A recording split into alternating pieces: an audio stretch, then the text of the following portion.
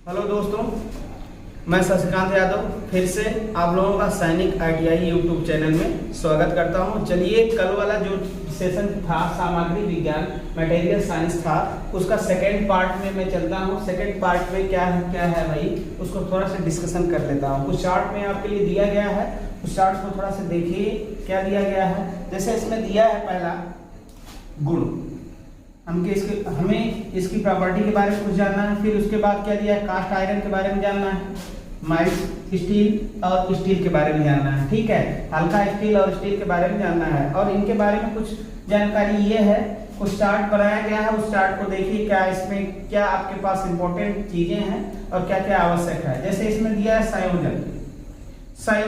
संयोजन का मतलब होता है जुड़ना, ये किससे मिलकर जुड़ा है। ठीक है, अब जैसे अगर आपसे कोई बोलता है कि किससे जुड़ा है या इसमें किस तत्व का मिलावट होता है, तो उसे हम क्या बोलेंगे, संयोजन के अंतर्गत जानेंगे। लेकिन फिलहाल में यहाँ पर संयोजन किसका हमको जानना है बेटा, कार्बन का। तो इसमें कार्बन का संयोजन कितना है, कास्ट आयरन के अंतर्गत। कास्ट आयरन के अंतर्गत आपके लिए 2 से लेकर कितना होता है, 4.5% क्या होता है, कार्बन की मात्रा पाई जाती है। दूसरी चीज क्या है बेटा, कार्बन हल्का स्टील में कितने पाया जाता है, 0.1 से 0.25% पाया जाता है। अगली बात है स्टील की बात के अंतर्गत अगर कहा जाए, स्टील के अंतर्गत इसकी मात्रा कितनी पाई जाती है, तो स्टील के अंतर्गत इस कार्बन की मात्रा जो पाई जाती है 0.25 से लेकर 1.5% तक इसकी क्या पाई जाती है बेटा, कार्बन की मात्रा पाई जाती है। आगे देखिए, इसमें शक्ति के अंतर्गत क्या होता है। अगर शक्ति की अगर बात किया जाए, तो अगर कास्ट आयरन की अगर मैं बात करूं, तो ये इसकी शक्ति इसमें भी क्या पाई जाती है, उच्च पाई जाती है। लेकिन हल्का स्टील में जो इसकी शक्ति है, इसकी जो पावर होता है, इनकी अपेक्षा क्या होता है बेटा, कम पाया जाता है, मध्यम साइज पाया जाता है। और स्टील के अंतर्गत सबसे उच्च श्रेणी का क्या पाया जाता है बेटा, इसकी पावर अर्थात शक्ति इसमें क्या की जाती है, पाई जाती है। अब इसके अंतर्गत किस शक्ति की मैं बात कर रहा हूँ, संपीड़न शक्ति की बात कर रहा हूँ, तन्य शक्ति की बात कर रहा हूं। तो बस ये देखिए, संपीड़न शक्ति क्या होती है। संपीड़न का मतलब ये होता है कि किसी पदार्थ के ऊपर हम क्या करते हैं, जैसे हम प्रेशर करते हैं, यदि अगर वो नीचे की तरफ क्या करता है, दबना स्टार्ट करता है, तो उसे हम बोलते हैं संपीड़न। क्या बोलते हैं, संपीड़न। जैसे अगर आपसे अगर कोई बोलता है कि मान लीजिए जैसे ये कुछ चार्ट है, अब हम ये खड़ा है, अब इसको मैं क्या करूं, दबाऊं, तो ये क्या कर रहा है, आखिरी तक ये क्या करेगा, झुक जाएगा।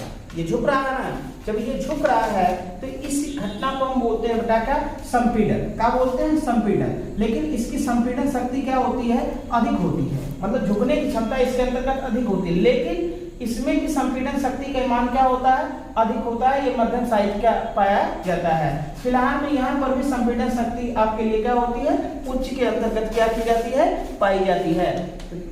एक मिनट थोड़ा देखिए इसमें, हाँ ठीक है, पाई जाती है। आगे देखिए, इसमें आपके लिए अगला दिया है तनन शक्ति क्या होता है, मतलब तनन का मतलब खिंचावपन भी इनमें क्या पाया जाता है। लेकिन कार्बन वाले में तनन जो शक्ति होती है, तनन शक्ति जो होती है बेटा, कास्ट आयरन के अंतर्गत निम्न पाई जाती है, मतलब इसमें ज्यादा आवश्यकता से अधिक तनन हम नहीं कर सकते हैं।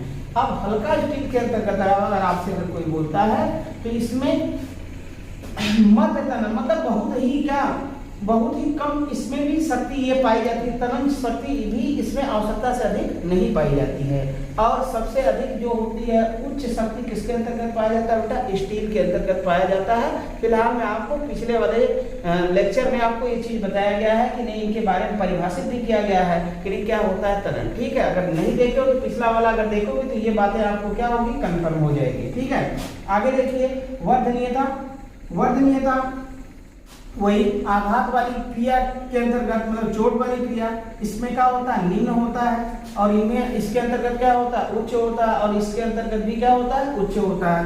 कोई पूछेगा क्यों निम्न होता है, क्योंकि इनमें कार्बन की मात्रा, संयोजन की मात्रा, मतलब कि संयोजन की मात्रा सबसे अधिक होती है, इसलिए इनमें वर्धनीयता, कठोरता और भंगुरता का मान जो होता है सबसे इनमें क्या होता है बेटा, अधिक रूप में पाया जाता है। लेकिन फिलहाल में वर्धनीयता निम्न होगा, लेकिन भंगुरता का मान अलग होगा। लेकिन आप बोलोगे भंगुरता का मान आपने बताया अभी अधिक, ठीक है अधिक बताया, लेकिन इसका मतलब अलग होता है और इनका मतलब अलग होता है, ठीक है। तो इस बात के लिए थोड़ा से आपको पिछले हिस्से में जाना होगा, ये पिछले पार्ट में आपको जाना होगा, फर्स्ट पार्ट में, ठीक है। तो इसमें निम्न, इनमें उच्च और इनमें उच्च पाया जाता है। आगे देखिए, इसमें अगर आपसे क्वेश्चन कोई पूछता है कठोर या कठोरता के बारे में, तो ये कठोर होता है, मध्यम साइज का होता है, ये हल्का होता है, ये हल्का कठोर होता है, बहुत ज्यादा पावरफुल इसके जैसा कठोर नहीं होता, लेकिन ये सबसे अगर अधिक की अगर बात की जाए तो स्टील सबसे अधिक कठोर पाया जाता है, ठीक है। आगे देखिए, इसमें भंगुरता की बात अगर मैं कहता हूं तो भंगुरता का मतलब आपको फिर से मैं बता रहा हूं कि अगर मान लीजिए आपने क्या किया,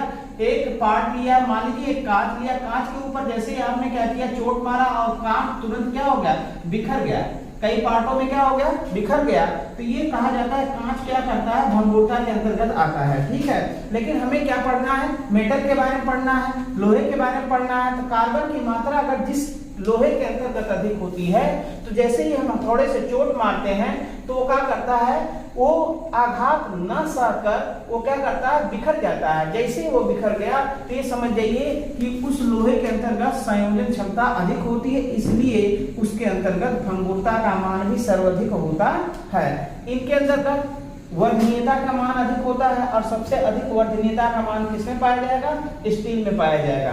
आगे देखिए, इसमें लोच की बात अगर कहा जाए, जब भंगुरता जिसमें अधिक होता है, जिसके अंतर्गत भंगुरता का मान अधिक होता है, तो उसका लोच निम्न होता है। निम्न का मतलब ये होता है, अगर आपसे अगर कोई बोलता है लोच का मतलब झुकाव से, जैसे आपने क्या किया, कोई स्प्रिंग लिया, तो अगर आप क्या लेते हो, स्टील की स्प्रिंग लेते हो, तो उसको आवश्यकता से अधिक क्या कर सकते हो, झुका सकते हो, ठीक है। लेकिन मैं क्या कह रहा हूं, अगर हमने आपके लिए कास्ट आयरन की बात अगर मैं कर रहा हूं, तो अब इसके झुकाव की अगर मैं बात करूंगा तो ये निम्न नहीं होता है, ये निम्न स्तर का होता है। तो निम्न स्तर का इसलिए होता है, खाली बस आपका रीजन जो वहां पर होगा, क्योंकि इसके अंतर्गत जो कठोरपन है, कठोरपन के साथ साथ इसके अंतर्गत जो संयोजन की क्षमता है सर्वाधिक मिलता है, इसलिए ये आपके पास क्या होता है, इसका लोचपन, इलास्टिसिटी जो होता है सबसे कम होता है। और सबसे अगर उच्च की बात किया जाए तो सबसे उच्च की बात स्टील के अंतर्गत पाई जाती है, ये भी उच्च होता है, लेकिन ये दिमाग में रखिए सबसे अधिक जो पावरफुल होता है वो आपका क्या होता है, स्टील होता है, और बकिया इसकी अपेक्षा सबका होते हैं निम्न स्तर के पाए जाते हैं, ठीक है। तो ये था आपके लिए कुछ चार्ट, और इनके बारे में जरूर देख लेना, कुछ आप भी चार्ट बना लेना ऐसे देखकर। तो कहने का मतलब ये है, कुछ इसमें जानकारी आपको पता होना चाहिए। कभी कभी क्वेश्चन ये उठाता है यहाँ से, ये है क्या, कार्बन की मात्रा के बारे में पूछता है, भंगुरता के बारे में पूछ लेता है, लोच के बारे में पूछ लेता है, और इसके संपीड़न शक्तियों के बारे में पूछ लेता है कि किस प्रकार की शक्तियां या किस प्रकार के मान पाए जाते हैं। तो थोड़े से इस बात पर विशेष करके ध्यान देना, और कुछ है नहीं इसमें विषय। आगे चलिए देखते हैं अगला भाई क्या है। इसके अंतर्गत दिया है कि आपके लिए धातु मिश्रण, क्या दिया है, धातु मिश्रण।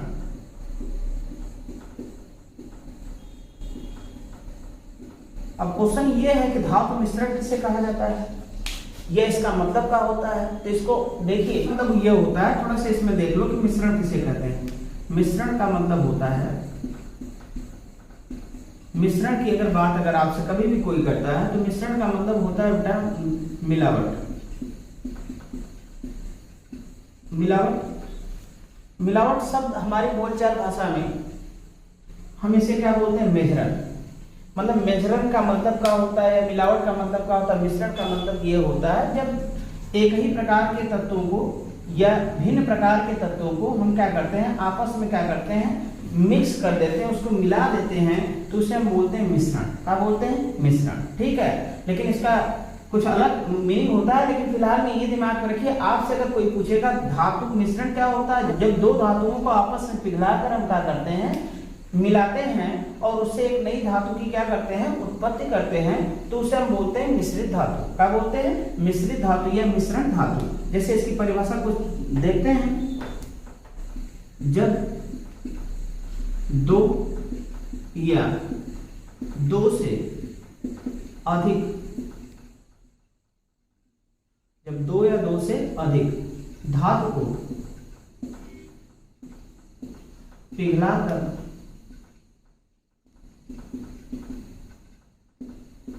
पिघलाकर आपस में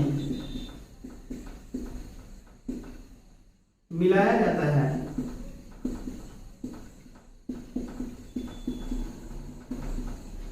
जाता है, तो उससे एक मिश्रण धातु का निर्माण होता है।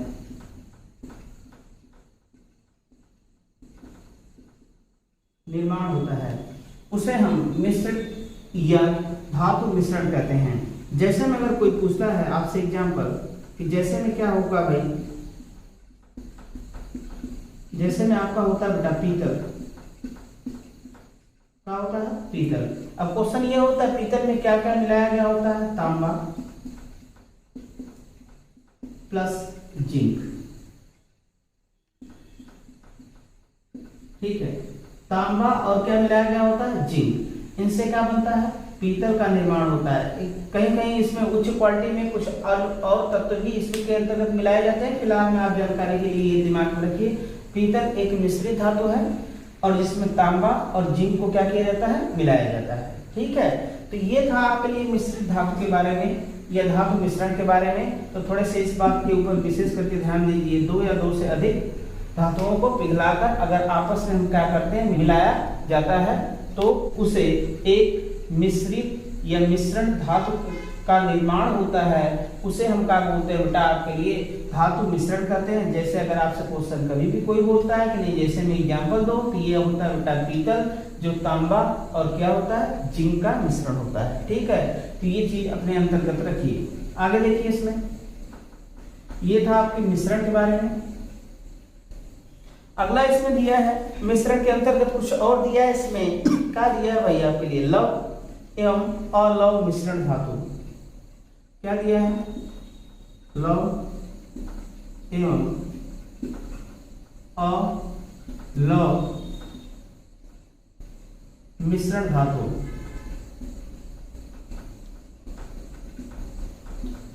अब क्वेश्चन ये है कि मिश्रण क्या होता है, तो थोड़ा सा देख लो, इसकी परिभाषा भी देखिए कि वे पदार्थ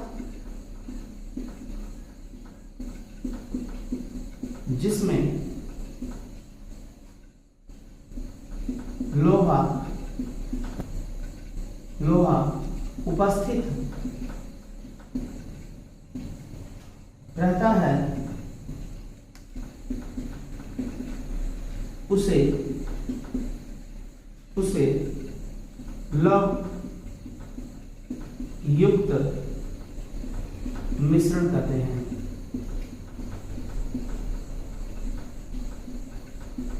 ठीक है, उसे हम क्या बोलते हैं, लव युक्त मिश्रण कहते हैं। थोड़ा सा इसकी परिभाषा देखिए, वे पदार्थ जिसमें लव का मान अनुपस्थित होता है,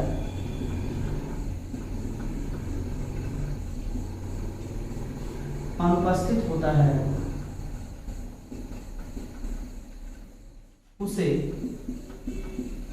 अलव मिश्रण कहते हैं।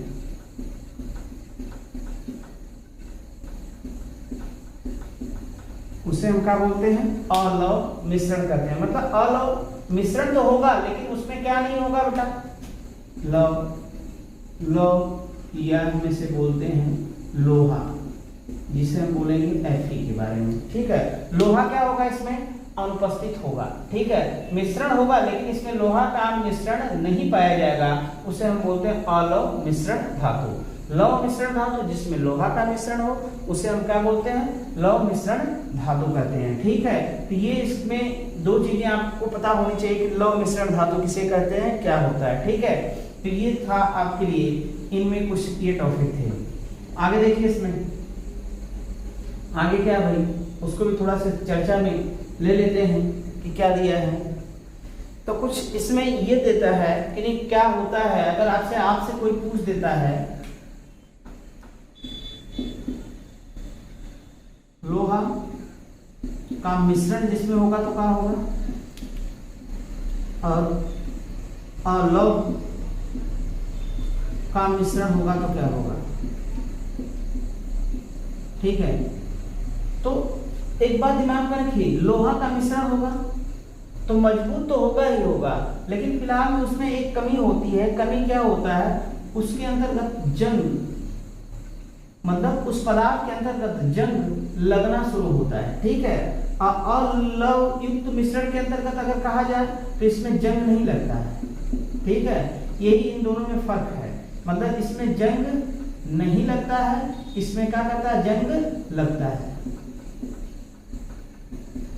बस ये बात अपने दिमाग में रखिए। तो अगर कहा जाए तो सबसे अच्छे प्रकार का जो मिश्रण होता है वो क्या होता है? लौह का मिश्रण होता है और लौह युक्त का मिश्रण होता है, जबकि लौह युक्त का या लोहा युक्त का मिश्रण आपके लिए बहुत ही परफेक्ट नहीं माना जाता है। ठीक है, और इनका उपयोग हमेशा, जैसे आपके पास मोटर बाइक है या कोई भी है गाड़ी है, तो आपके लिए फोर व्हीलर एनी मतलब जो भी है, तो उनके इंजन में इसका प्रयोग किया जाता है जहां पर जंग न लगे, जिसके कारण आपकी गाड़ी जो होती है बहुत आसानी से क्या करती है? चलती रहती है और आपका कार्य भी आसानी से होता रहता है। तो यही मतलब है। और लोहा का जो मिश्रण होता है, इनके जो पार्ट बनते हैं, तो जो आपके पास अगर मोटर बाइक या जो भी परिवहन होगा उसके बाहरी पार्ट में इसका प्रयोग किया जाता है। ठीक है, तो ये इसके अंतर्गत पाया जाता है। ठीक है, तो ये मान है इसके अंतर्गत। आगे देखिए इसमें, चलिए देखिए कुछ इसमें दिया है। दिया क्या है इसमें? देखिए निकिल Ni, इसका होता है 28 परमाणु क्रमांक। तो फिलहाल में देखिए ये कठोर धातु है, इसका जो उपयोग होता है कैडमियम बैटरी में होता है, कैडमियम से।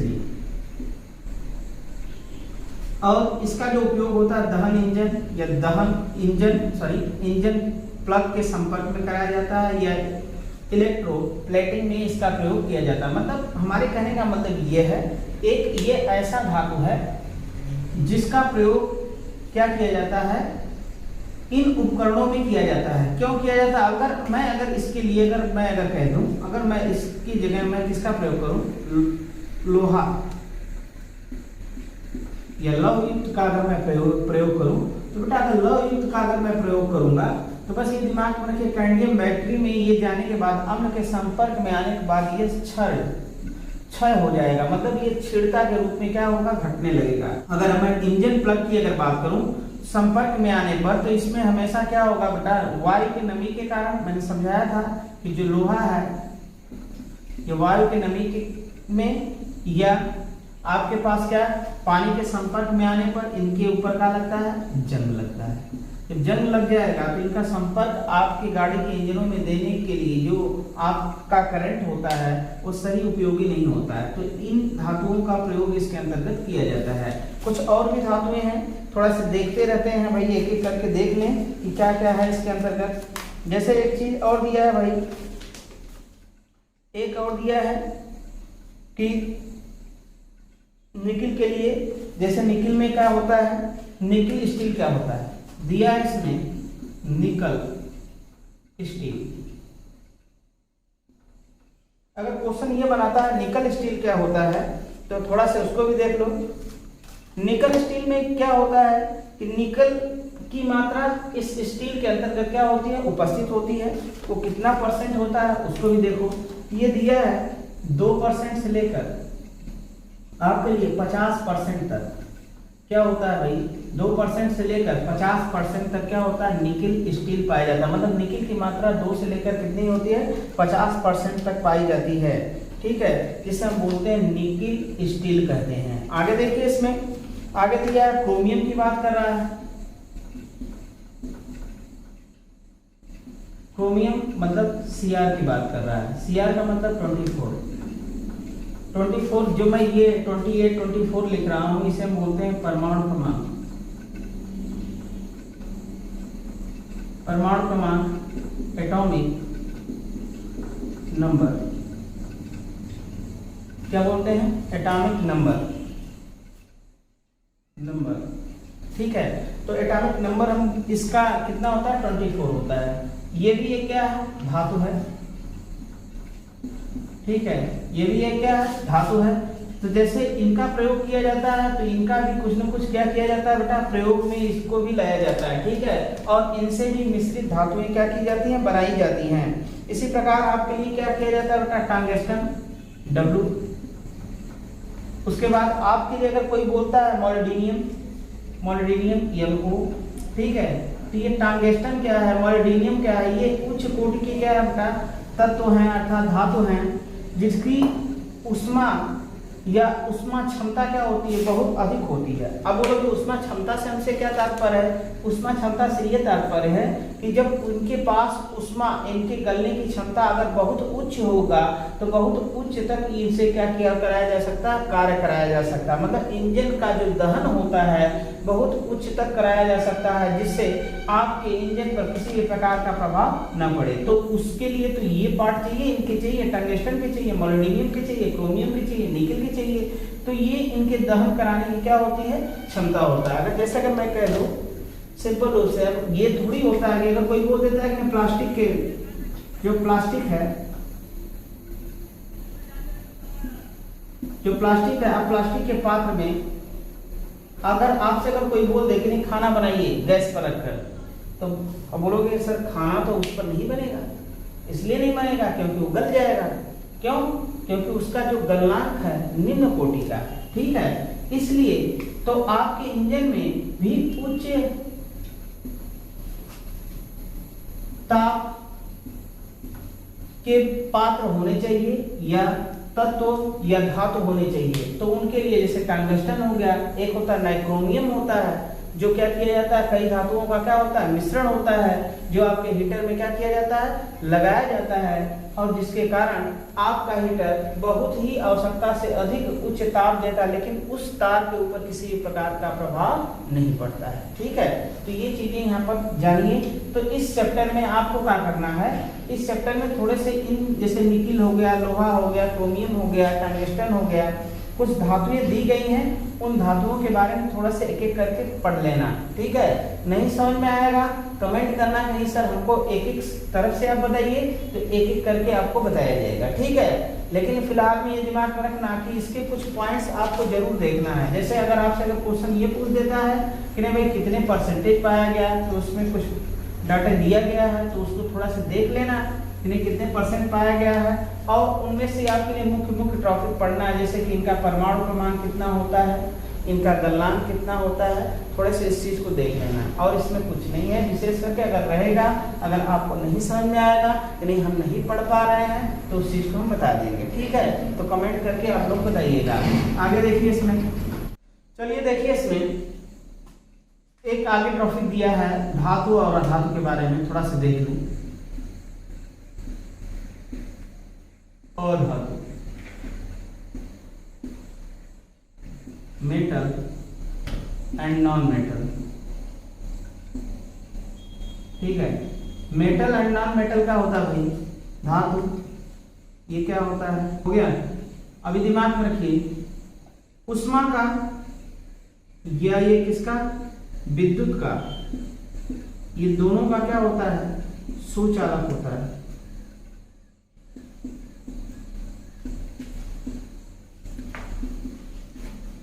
ठीक है।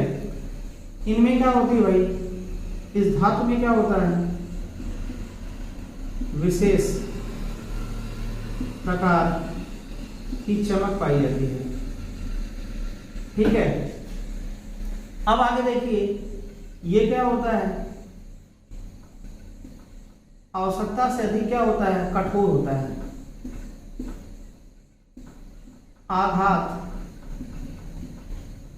सहने की क्षमता होती है, ठीक है। तन्यता पाई जाती है,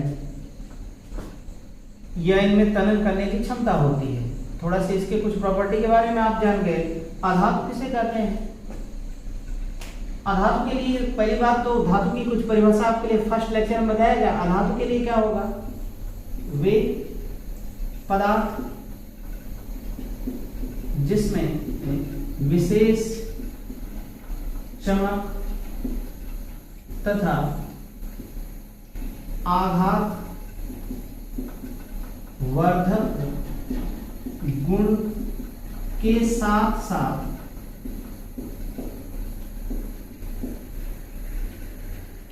साथ ऊष्मा तथा विद्युत का सुचालक नहीं होता है, उसे अधातु कहते हैं। उसे हम क्या बोलते हैं? अधातु कहते हैं। तो सीधा सीधा इसका शब्द क्या है बेटा? वे पदार्थ जिसमें विशेष चमक तथा आघात वर्धक गुण के साथ साथ ऊष्मा विद्युत का वो क्या होता है बेटा? सुचालक नहीं होता। मतलब इसमें जितनी भी क्रिया लिखी गई हैं वो विशेष करके धातुओं की अपेक्षा इसमें कुछ है नहीं। इसमें अगर कोई बोलेगा विशेष चमक नहीं होती है, आघात वर्धक नहीं होता है, और ये किसका सुचालक नहीं होता? ऊष्मा और विद्युत का ये सुचालक नहीं होता है, उसे हम बोलते हैं अधातु। अब क्वेश्चन ये बनता है कि कभी कभी ये बोल दिया जाएगा ग्रेफाइट। ग्रेफाइट क्या है? ये दिमाग में रखिए, यह अधातु है लेकिन यह विद्युत का चालक होता है। ठीक है, तो कुछ एक्सेप्शन, कुछ अपवाद आपको देखने को मिलेगी। इसी प्रकार जैसे क्या है बेटा? हीरा। हीरा क्या है? अधातु है, पर ये क्या करता है बेटा? पर ये भाई क्या है? इसमें विशेष प्रकार की क्या होती है? विशेष प्रकार की चमक होती है, क्योंकि हीरा तो सबसे अधिक चमकीला होता है और हीरा आवश्यकता से अधिक क्या होता है? कठोर भी होता है। कठोर भी होता है। तो कुछ एक्सेप्शन होते हैं। फिलहाल में आपको इतना नहीं जानने की जरूरत है, लेकिन इतना नहीं आपको डीप में पूछेगा। आपसे पूछ सकता है अधातुओं में क्या क्या पाया जाता है, अधातुओं में क्या क्या पाया जाता है। तो धातुओं में दिमाग में रखिए, ऊष्मा विद्युत विशेष प्रकार की चमक, कठोरता, आघात सहने की क्षमता और तनन क्षमता होती है, परंतु अधातुओं में ये चीजें नहीं पाई जाती है। अगर क्वेश्चन अगर पूछ देता है ग्रेफाइट या कार्बन की राड के बारे में अगर पूछ देगा तो ये दिमाग में रखना कि कार्बन की राड क्या होती है? विद्युत का सुचालक होता है। हीरा के बारे में पूछ देगा कि नहीं, जिसमें विशेष प्रकार चमक होती है, हाँ इसमें वो उच्च कोटि की क्या होती है? चमक पाई जाती है। यह आवश्यकता से अधिक क्या होता है? कठोर भी पाया जाता है। ठीक है, तो ये इसके अंतर्गत होता है धातु और अधातु के बारे में कुछ विशेषताएं थी। ये आपके चैप्टर में दिया था, तो इसको मैंने डिस्कस किया। ठीक है, अगर अब इसमें अगर आपको कोई और सूचना अगर लेनी हो, अगर पूछना भी हो कुछ भी, तो उसको कमेंट करके आप भाई बोल देना। ठीक है, कि हमें ये बातें नहीं समझ में आ रहा, तो वहां पर भी मैं उस बात का डिस्कस कर दूंगा कि नहीं ये बात आपको नहीं समझ में आ रही है, तो इसको हम समझा देंगे। ठीक है, तो ये आपके लिए आपकी जिम्मेवारी बनती है कि आपको जो बात नहीं समझ में आती है उसको इस चैप्टर में डिस्कस कर लेना हमसे। ठीक है, आगे देखिए, इसमें दिया है लौह धातुओं के बारे में भी हमने आपको बताया। ठीक है, जैसे ये दिया है भारत में स्टील संयंत्र। ठीक है, तो भारत में स्टील संयंत्र क्या क्या है, तो उसको भी कुछ हम चार्ट बनाकर आपके पास डिस्कस कर देते हैं। काश कि यहाँ से भी क्वेश्चन आता है कि नहीं भारत में कहाँ कहाँ स्टील फैक्ट्री है या लौह फैक्ट्री है और यहाँ पर क्या क्या बनाए जाते हैं। देखिए, स्टील संयंत्र का नाम, स्टील संयंत्र का नाम में आपके लिए दिया है स्टील संयंत्र का नाम और राज्य का नाम। पहला दिया है इसमें बेटा Tata iron steel. Tata iron steel कहाँ है? बिहार में है। दूसरा है Indian iron steel. Indian iron steel कहाँ है? पश्चिम बंगाल में है। विश्वेश्वरैया आयरन स्टील, ये जो बेटा कहाँ है? कर्नाटक में है। आगे दिया है भिलाई। कौन दिया है? भिलाई स्टील संयंत्र, ये होता है बेटा छत्तीसगढ़ में होता है। ये दिमाग में रखिए, ये इंपॉर्टेंट है। ये विश्वेश्वरैया भी इंपॉर्टेंट है। इनके बारे में कुछ पूछता है कि नहीं, ये कहाँ पर पाया जाता है, कहाँ पर ये संयंत्र होता है। आगे दिया है दुर्गापुर स्टील संयंत्र, ये होता है पश्चिम बंगाल में। पश्चिम बंगाल में एक और है मिश्रित स्टील संयंत्र। मिश्रित स्टील संयंत्र भी ये कहाँ है? पश्चिम बंगाल में है। ये बोकारो इंपॉर्टेंट, बोकारो स्टील संयंत्र, जो बोकारो स्टील संयंत्र है यह आपके लिए कहाँ पाया जाता है, यह आपका पाया जाता है बेटा बिहार में। कहाँ पाया जाता है, बिहार में। आगे दिया है राउरकेला, ये उड़ीसा में, ये मोस्ट इंपोर्टेंट इनके बारे में पूछता है, ठीक है। सलेम स्टील संयंत्र ये होता है तमिलनाडु में,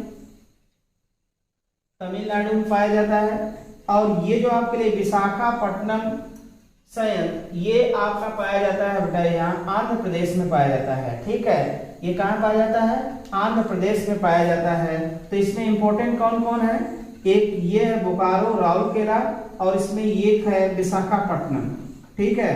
ये आपके लिए लिख दे रहा हूं, इसको आप वीडियो पॉज करके देख लेना। अगला दिया है इसमें दुर्गापुर, ये